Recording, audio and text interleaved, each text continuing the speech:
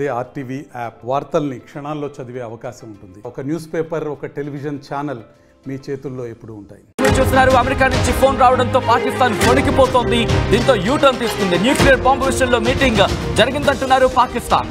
అలాంటి మీటింగ్ ఏది జరగలేదంటూ Pakistan defence minister చెప్పుకొచ్చిన సందర్భం. ఒకసారి అవార్డ్ బ్రేకింగ్ చూస్తున్నారు. అణుయుద్ధం విషయంలో భయపడింది పాకిస్తాన్. అమెరికా నుంచి ఫోన్ రావడంతో పాకిస్తాన్ యూటర్న్ తీసుకుంది. మరి ముఖ్యంగా న్యూక్లియర్ బాంబు విషయంలో మీటింగ్ జరిగిందంటూ పాకిస్తాన్ ఆర్మీ చెప్పుకొచ్చింది. అలాంటి మీటింగ్ ఏది జరగలేదంటూ డిఫెన్స్ మినిస్ట్రీ చెప్పుకొస్తోంది. ఇలా రెండు రకాల మాటలు వినిపిస్తున్నాయి. ద్వంద్వ వైఖరి కనిపిస్తోంది. ఇటు హరినాథ్ రెడ్డి గారు ఉన్నారు మనతో పాటు. హరినాథ్ గారు మనతో పాటు ఉన్నారు ఫోన్ లైన్ లో. బిఎస్ఎఫ్ రిటైర్డ్ కమాండర్ హరినాథ్ గారి దగ్గర వెళ్లే ప్రయత్నం చేస్తున్నాను. హరినాథ్ గారు, ఇక్కడ పాకిస్తాన్ మొదటి నుంచి కూడా ద్వంద్వ వైఖరి, ద్వంద్వ మాటలు వినిపిస్తున్నాయి. ఏమవుతోంది పాకిస్తాన్ ఆర్మీలో? ఏం జరుగుతోందండి? లేకపోతే పాకిస్తాన్లో ఏం జరుగుతోందండి? హరినాథ్ గారు, పాకిస్తాన్ ఏంటి ద్వంద్వ వైఖరి? ఏం జరిగే అవకాశం కనిపిస్తోంది పాకిస్తాన్ ఈ ద్వంద్వ వైఖరితో? వాళ్ళు ఏం కాదండి, ఇప్పుడు మనం పాకిస్తాన్ వాళ్ళ మీద ఇంతవరకు మనం అటాక్ చేయలేదు. వాళ్ళ టెర్రరిస్ట్ క్యాంపులు, వాళ్ళ మిలిటెంట్ క్యాంపులు ఇదే డిస్ట్రాయ్ చేశాము. కానీ వాళ్ళు ఏంటంటే మన పబ్లిక్ ని టార్గెట్ చేశారు. గురుద్వారాలని, టెంపుల్స్ అని, ఎయిర్పోర్ట్లని, మన ఆర్మీ క్యాంపస్లని ఇవి టార్గెట్ చేస్తున్నారు. కానీ అంతవరకు రీచ్ అవ్వకపోతున్నారు. నేనేమో వాళ్ళు ఏదో మేము F-16 యూజ్ చేసాము, JF-17 యూజ్ చేసాము అని చెప్తున్నారు. కానీ అది మరి మన S-400 ఎయిర్ డిఫెన్స్ కి వెపన్ కి వాళ్ళు తట్టుకోలేకపోతున్నారు. వాళ్ళు డ్రోన్స్ పంపించి మనల్ని ఏదో బెదిరించాలనుకుంటున్నారు తప్ప మన దగ్గర చాలా పవర్ఫుల్ వెపన్స్ ఉన్నాయండి. వాళ్ళకి తెలియని విషయం ఏం కాదు, వాళ్ళకి అన్ని తెలుసు. కావాలని వాళ్ళు ఇది చేస్తున్నారు, వీడియోస్ పంపిస్తున్నారు. పొద్దున్న టీవీలో చూశాను నేను, ఎక్కడో ఒక లాంచ్ చేసి ఒక ఫైటర్ జెట్ ని లాంచ్ చేసి వాళ్ళు ఎంత హ్యాపీగా ఫోటోలు పంపిస్తున్నారు.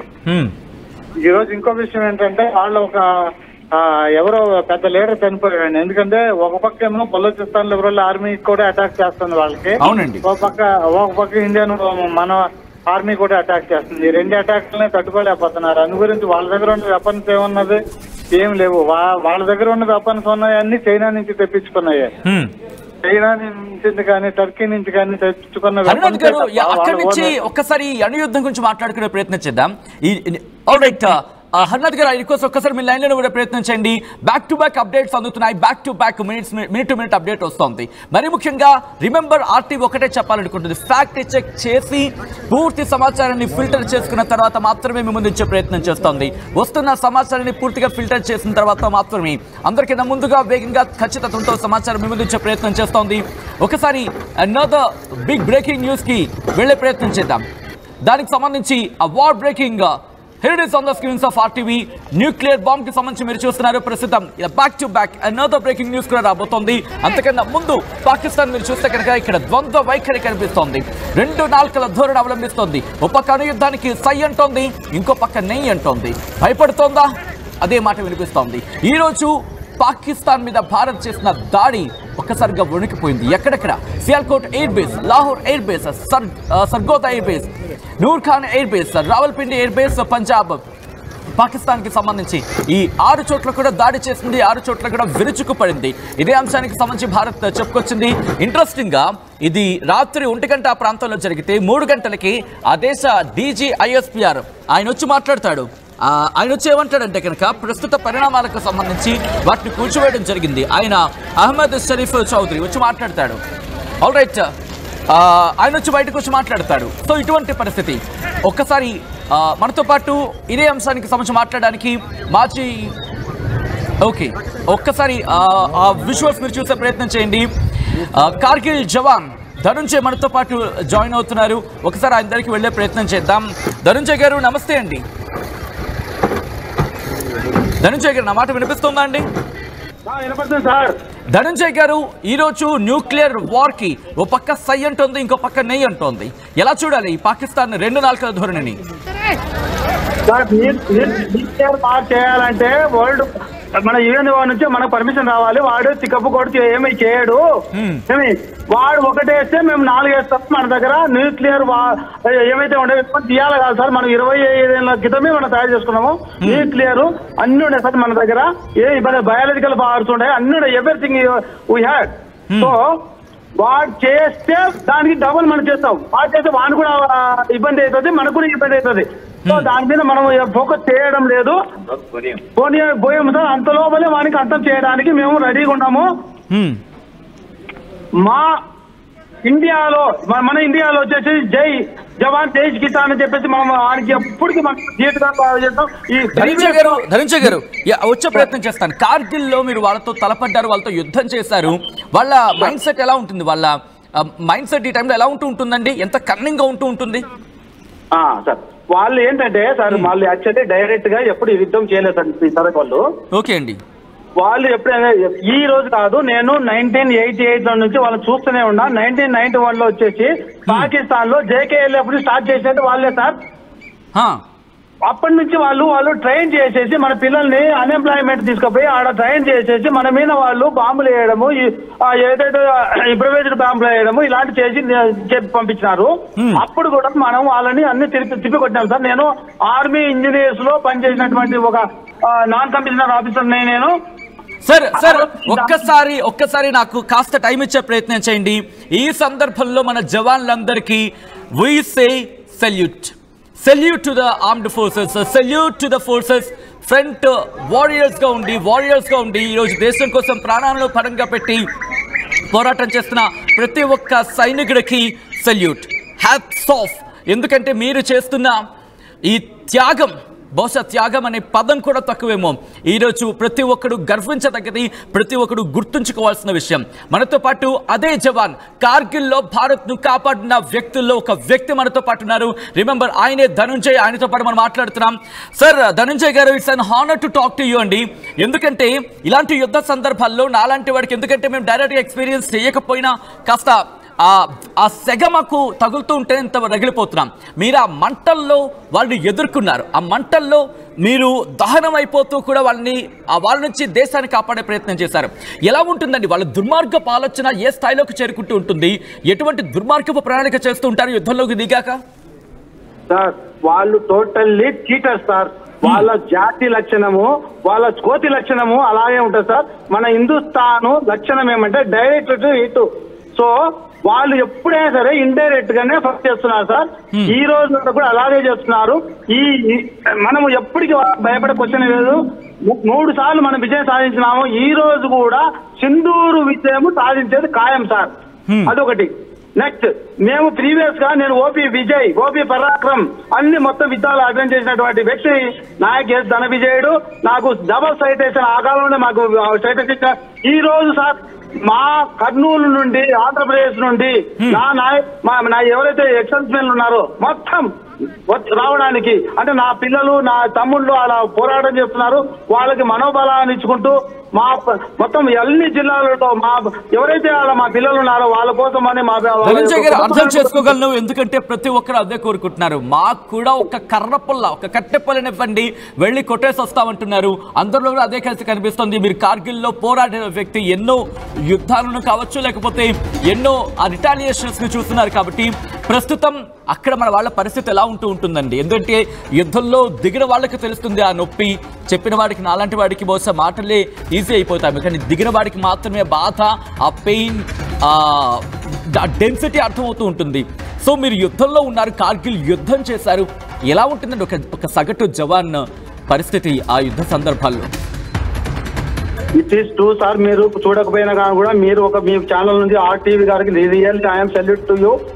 మీరు ఇంత రాత్రింబవళ్ళు మీ టీవీ చూస్తూనే ఉన్నాను. నేను రాత్రి కూడా నేను కనెక్ట్ కాలేకపోయినాను. ఈ రోజు నిజంగా చెప్తున్నాను సార్, మన యొక్క ఆంధ్రప్రదేశ్ లో ఉన్నటువంటి ప్రతి ఒక్క జవాన్, ఎక్స్ సర్వీస్ మెన్ ఈ దేశం కోసం. ధనంజయ్ గారు, నేను అంటోంది మీరు యుద్ధంలో ఉన్న సందర్భంలో ఎలా ఉంటుంది, ఎటువంటి ఇబ్బందికర వాతావరణం ఉంటుంది, మీరు ఎలా ఫీల్ అవుతూ ఉంటారు? ఆ విషయం చెప్తాను సార్. ప్లీజ్ చెప్పండి. 1999 కార్గిల్ వార్ లో మామూలుగా మేము అవస్థపడలేదు సార్. మేము 6 నెలల నుంచి లీవ్ పోకుండా కూడా మనము పోరాటం చేయడం జరిగింది. అంటే ఆ ఐస్ లో అప్పుడు వచ్చిన టైం కూడా ఏమంటే టోటల్ గా -డిగ్రీలో మనం పోరాటం చేయాల్సింది సార్. ఏమి ఎక్కడైతే వాళ్ళు అంతకన్నా ముందర వాళ్ళు సిస్టర్ వేసుకొని వచ్చేసి వాళ్ళ హైట్ ప్లేస్ లో ఉండి మన కార్గిల్ మనమైతే కింద ఉన్నాం కాబట్టి వాళ్ళు కొంచెం ఫస్ట్ వాళ్ళు మన అటాక్ చేయడం జరిగింది. ఆ తర్వాత మనం సాయశక్తులలో మన ప్రాణాలకు 4GR అయితేనేమి మన యొక్క మొత్తం టోటల్ మన వార్ఫేర్ మొత్తం వాళ్ళకి కవర్ చేసి లాస్ట్ కు వాళ్ళని తరిమి కొట్టి కార్గిల్ లో మన జెండా పాతడం జరిగింది sir. That is the my proud of my India. అది మనం ఇండియాలో చేసినట్టు మన ధైర్యము సాహసము అవన్నీ ఉన్నాయి సార్. వాళ్ళు ధైర్య సాహసంతో చేయడం లేదు, వాళ్ళు డబ్బు కోసము నీచంగా పాల్పడిన వ్యక్తులు సార్. మోసపు పూరితమైన ఎవడో ఇస్తే వచ్చే ఈ యూజ్లెస్ ఫెలోస్ సార్. ఈ రోజు వాళ్ళు కూడా డైరెక్ట్ మనకు ఫైట్ చేయడం లేదు. టోటల్ గా వాళ్ళు మన ఎవరి ఉగ్రవాదులని మన పైన పంపిస్తూ పని చేస్తున్నారు. సో ఆ ఉగ్రవాదుల అంతం పొందించడానికి మన మోదీ కూడా రెడీగా ఉన్నాడు. మనం అందరం కూడా వాళ్ళ మీద ఉన్నాం సార్. రైట్ ధనంజయ్ గారు ఒక్కసారి లైన్ లో ప్రయత్నించండి. And now the big breaking and war breaking news చూస్తున్నారు మీరు ఆర్టీవీ స్క్రీన్ మీద. Here it is suspense of RTV. Jammu Kashmir లో టర్కీ డ్రోన్ కూలిపోయింది. భారత్ పై దాడికి టర్కీ కామికేజ్ డ్రోన్లను వాడుతోంది పాకిస్తాన్. నౌషేరా ఏరియాలో I think subject correction Nowshera area, అది నౌషేరాలో ఈ ప్రమాదం జరిగింది. దానికి సంబంధించి బ్రేకింగ్ న్యూస్ చూస్తున్నారు. జమ్మూ కాశ్మీర్ లో టర్కీ డ్రోన్ ని కూల్చేయడం జరిగింది. భారత భద్రతా బలగాలు భారత్ పై దాడికి టర్కీ కామికేజ్ డ్రోన్లను వాడుతోంది పాకిస్తాన్. నౌషేరా ఏరియాలో డ్రోన్ శకలాలను గుర్తించడం జరిగింది. పౌర నివాసాలే టార్గెట్ గా పాకిస్తాన్ దాడులకు దిగడం జరుగుతోంది. దాంతో పాటు చూసుకుంటే కనుక జమ్మూ కాశ్మీర్ కి సంబంధించి మరి ముఖ్యంగా జమ్మూలో ఆ విజువల్ ని చూస్తే మనకు అర్థమవుతుంది. అదే అకామికేజ్ డ్రోన్ శకలం, అకామికేజ్ డ్రోన్స్ ని వాడడం జరుగుతుంది. వాటిని ఉపయోగించి వీటి సహాయంతో అక్కడ టార్గెట్ అంతా కూడా ఈ కామికేజ్ డ్రోన్స్ అంటే ఎలా ఉంటాయంటే మానవ రహిత మిసైల్స్ కింద చెప్పుకోవాలి. అంటే దీంట్లో మనుషులు ఉండరు. ఇవేం చేస్తాయంటే ఒక టార్గెట్ ని నిర్దేశించుకుంటాయి, ఒక టార్గెట్ ని ఫిక్స్ చేసుకుంటాయి. ఒక టార్గెట్ ని ఫిక్స్ చేసుకొని ఆ టార్గెట్ లక్ష్యంగా వెళ్ళి వాటిని పేల్చేసే ప్రయత్నం జరుగుతూ ఉంటాయి. ఇలా ఈ కామికేజ్ డ్రోన్స్ ఉపయోగించడం జరుగుతుంది. ఈ నేపథ్యంలో ప్రస్తుతం పరిస్థితి ఏందో మనం చూస్తున్నాం. అక్కడ ఒక్కసారి పాకిస్తాన్ ఎందుకు ఇంతటి దుర్మార్గానికి దిగుతోంది తెలుసుకునే ప్రయత్నం చేద్దాం. మనతో పాటు కార్గిల్ యుద్ధంలో పోరాడిన జవాన్ ధనంజయ్ మనతో పాటు ఫోన్ లైన్ లో కంటిన్యూ అవుతున్నారు. ధనంజయ్ గారు, it's an honor to talk to you and it's an honor really to continue with you. Dhananjay గారు, ప్రస్తుతం కామికేజ్ అంటే మానవ రహిత డ్రోన్లను ఉపయోగిస్తోంది పాకిస్తాన్. ఇటు టర్కీ నుంచి తెచ్చుకున్న తుప్పుపట్టిన సామాన్లుగా మాట్లాడుకుంటే, సో ఏంటి లక్ష్యం? ఎందుకు ఇలా కంటిన్యూస్ గా దాడులు చేస్తూనే ఉంది? ఇదెల్లా వాళ్ళ మోసపూరితమైనటువంటి మానవ రహిత డ్రోన్లను ఉపయోగిస్తున్నారంటే వాళ్ళతో చేత కాదని లెక్క. అంతే, ఒకటే పాయింటే. ఏమి మనం కార్గిల్లో మన కార్గిలే కాదు సార్, తంగదార్ నుంచి చౌకీపాల్ నుండి మన బారాముల్లా మన ఏదైతే మొత్తం బార్డర్ ఏరియాలో మొత్తం ఉరి సెక్టర్ కమాండ్ ఏరియా మొత్తం మేము యూజ్ చేసి వచ్చిన వాళ్ళం సార్ 1991 నుంచి. సో వాళ్ళు అక్కడి నుంచి మనకు రాలేక వాళ్ళు అంటే మనకు సరైన ఆయుధాలు లేక వాళ్ళు డ్రోన్లను ఉపయోగిస్తున్నారు. డ్రోన్లను ఉపయోగించిన కానీ కూడా మనది ఏం ఆడ మన అంటే ఎవరైతే సివిలియన్ ఉన్నారో సివిలియన్ ఎక్కువ లేదు, మొత్తం కొండ ప్రాంతము, వాళ్ళని ఏం చేసుకోలేరు. ఒకవేళ వాళ్ళ దగ్గర రేంజ్ గానే ఉంటే 200-300 కిలోమీటర్ల రేంజ్ ఉంటే మనకు వచ్చేసి జమ్మూ వరకు వస్తుంది, జమ్మూ దాటుతుంది, పఠాన్కోట్ దాటుతుంది, ఇక్కడ వచ్చేసి మన ఏదైతే పంజాబ్కి వస్తుంది, జరుగుతుంది. అంతవరకు ఏం చేసుకోలేరు సార్. మనం ఆల్రెడీ మన గవర్నమెంట్ వచ్చేసి ఎవరిని రాత్రిలో పూట రావడానికి అది రిస్ట్రిక్ట్ చేసింది. అంటే డ్యామేజ్ అయితే ఏం కాదు సార్ మనకి. వాళ్ళని ఫస్ట్ వాడు ఒకటేస్తే మనం వాడు ఏదైతే డ్రోన్ ఉందో వాడికన్నా డబల్ డ్రోన్ మన దగ్గర ఉంది సార్, మనం యూజ్ చేస్తున్నాం. మన గవర్నమెంట్ కూడా దానికి ఎందుకు అంటే మీరు ఇందాక అన్నారు ఇక్కడ సివిలియన్స్ ఎందుకు టార్గెట్ చేసుకుంటున్నారు, ఎందుకు మన వాళ్ళతో నేరుగా పోరాడలేకపోతున్నారు? ఎల్ఓసి దగ్గర మాత్రమే వాళ్ళు షార్ట్ రేంజ్ వాటిని ఏమంటారు షార్ట్ రేంజ్ వెపన్స్ ని ఉపయోగించి అక్కడ ఇబ్బందికర వాతావరణం సృష్టిస్తున్నారు. మన దగ్గర అర్జున్ ఉంది, శాటిలైట్ అన్ని ఉన్నాయి మన దగ్గర. ఎందుకు యూజ్ చేయడం లేదంటే వాడి కోసము వాడు ఏం చేస్తాడంటే కవ్వింపు చర్యలు చేస్తుంటారు సార్. కవింపు చర్యలు చేసి ఒకసారి ఒకటి ఇస్తే మనం 4 వేస్తే మన వెపన్స్ మనం లాస్ అవుతామని చెప్పేసి మనం వేయడం లేదు. సో వాడు చేసిన తర్వాత వాడిని మొత్తం అంతా వందించేది ఖాయము. 100% వాడిని అంతా పంపించేది ఖాయం. ఇది వాడికి దగ్గరకు వచ్చింది సార్. వాడు చావడానికి వచ్చింది. మహాభారత యుద్ధం ఏమైతే జరిగిందో అదే జరుగుతుంది. వాడికి జరిగేది ఖాయము. వాడంతా వంది 1965, 72 ఎవరిథింగ్ మనమే విన్ అయినాం. 99 కార్గిల్ వార్ మొత్తం మనం విన్ అయినాం. వాడు ఎక్కడ జయించలేదు సార్. వాడు ఎవరితో సపోర్ట్ తీసుకుని వచ్చినాడు. వాడు ఏ సపోర్ట్ ఇచ్చినా ఈరోజు వాడి సపోర్ట్ లేవు. మనం ఖచ్చితంగా వానికి సరైన బుద్ధి చెప్తాము. ఇది వాడు ఎంతసేపు ఉన్నా కానీ కూడా వాడి టోటల్ గా ప్రపంచ దేశాలు కూడా వానికి ఎక్కడ మద్దతు తెలియడం లేదు సార్. వాడి యొక్క మత దేశాలు కూడా వానికి సపోర్ట్ ఇవ్వడం లేదు. టోటల్ గా హిందుస్థాను భారతదేశం అంటే ప్రపంచమే లైక్ చేసే ఒకటి మంచి దేశం ఇది. ఈ దేశం మీద వాడు యుద్ధాలు చేస్తున్నాడంటే వాడు నథింగ్. ఒక్కసారి మీరు లైన్ లో ప్రయత్నం చేయండి. యుద్ధంలో గెలుపు ఎవరిది అని చెప్పి ఆర్టీవీ పోల్ ని నిర్వహిస్తే ఒక 2% మాత్రం 2% మంది ఇంకా 2% మంది భారత్లో మిగిలే ఉన్నారు. వాళ్ళను కూడా పట్టుకోవాల్సింది. గుర్తుపెట్టుకోండి, 2% మంది మాత్రం పాకిస్తాన్తో అంటున్నారు. గుర్తుపెట్టుకొని మీరు పాకిస్తాన్ని సపోర్ట్ చేయాలి అనుకుంటే భారతదేశం నుంచి అర్జెంటుగా మీరు మూటా మొల్లి సర్దుకొని వెళ్ళిపోవచ్చు. మీకు భారత్లో స్పేస్ లేదు. ఎందుకంటే ఈ దేశం ఎప్పుడు అన్నమే పెట్టింది తప్ప మీకు గడ్డి పెట్టిన పరిస్థితి లేదు. మీరు తిన్నారేమో గడ్డి, కానీ ఎప్పుడు భారత్ అండం పెట్టింది, ఆశ్రయం ఇచ్చింది, ఆశ్రయం కల్పించింది, ఆదుకుంది. అంత దుర్మార్గమైన టర్కీ కూడా భూకంపం వచ్చి చచ్చిపోతున్నారు. తిండి తిప్పలు లేవంటే కనుక ఏకంగా ఇక్కడి నుంచి సరుకును పంపించింది, దాంతోపాటు మానవీయ సహాయాన్ని పంపించింది. ఇంత చేసిన టర్కీకి సిగ్గు లేకపోయింది. వాళ్ళకంటే లేదు, మీకు కూడా లేదా? పాకిస్తాన్ విజయం సాధించాలనుకుంటున్నారా? ఈ భారతదేశం మీకు అంత చులకనగా కనిపిస్తోందా? భారతదేశం అంటే మీకు అంత చులకన అయిపోయిందా? నేరుగా ఈ ప్రశ్న నేను సంధించడం జరుగుతుంది. ఎటువంటి నిర్మోహమాటం కూడా ఇక్కడ నేను మాట్లాడట్లేదు. నిర్మోహమాటంగా 2% మంది నేను ప్రశ్నిస్తున్నా. మీకు సమాధానం చెప్పే దమ్ముంటే చెప్పే ప్రయత్నం చేయండి. పాకిస్తాన్ గెలవాలనుకుంటున్నారా? ఎందుకని? పహల్గామ్ అయిపోయింది. రేపు మీ ఇంట్లోకి వాళ్ళు చొచ్చుకు రావాలా? మీ ప్రాణాలు కూడా హరించేయాలా? మీ ప్రాణాలు కూడా బలి తీసుకోవాలా? వాళ్ళు కోరుకుంటున్నారా అదే మీరు పాకిస్తాన్ గెలవాలని చెప్పి? ఈరోజు పాకిస్తాన్ అనేది యావత్ ప్రపంచం పాకిస్తాన్ని ఎస్ నువ్వే దోషి అని చెబుతోంది. అయినప్పటికీ 2% మీలాంటి 2% మంది ఇంకా మిగిలే ఉన్నారు. ఆ దరిద్రం ఎప్పుడు వదులుతుందా అని చెప్పి మేము వెయిట్ చేస్తున్నాం. స్లీపర్ సెల్స్గా మీరున్నారు. స్లీపర్ సెల్స్గా ఇక్కడ ఉంటున్నారు. ఈ 2% మంది ఇంకా ఎందుకు మాకు ఈ దరిద్రం? బహుశా centre forces should take a strict action on the people who are opposing at this time. ఒక మాట మీరు చెప్పే ప్రయత్నం చేయండి. వాళ్ళని కూడా టెర్రరిస్టులుగా గుర్తించాలా వద్దా? ఈ 2% మందిని కూడా పీడా పోయి ఈ వీడు కూడా పోతే పీడా పోతుంది.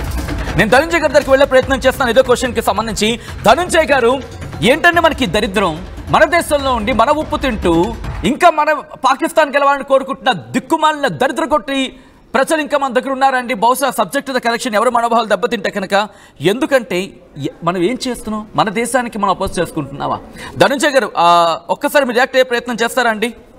చెప్తాను సార్. ఈ దరిద్రం పోవాలంటే ఆ 2% ఎవడైతే మన ఉప్పు తిని మన భూమి మీద పుట్టి మన నీళ్లు తాగి మన దగ్గర డబ్బులు సంపాదించుకుంటూ తినే వ్యక్తులు యాంటీ నేషనల్ ఎలిమెంట్స్ వాళ్ళు ఇంట్లో ఉండి మనకు దరిద్రం చెప్పే మన శత్రువులు ఉన్నారు. అలాంటి వ్యక్తులని మనం యుద్ధం అక్కడ చేయాల్సింది పాకిస్తాన్ మీద కాదు. టోటల్ గా మన ఇంటర్నల్ గా మనం యుద్ధం చేయాలి. ప్రతి ఊర్లో, ప్రతి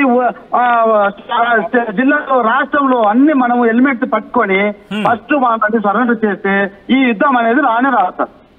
అంటే వీళ్ళని పట్టుకొని గట్టిగా బుద్ధి చెబితే ఆటోమేటిక్ గా రావాలి. ప్రతి ఒక్క సిటిజన్ కి రెస్పాన్సిబిలిటీ.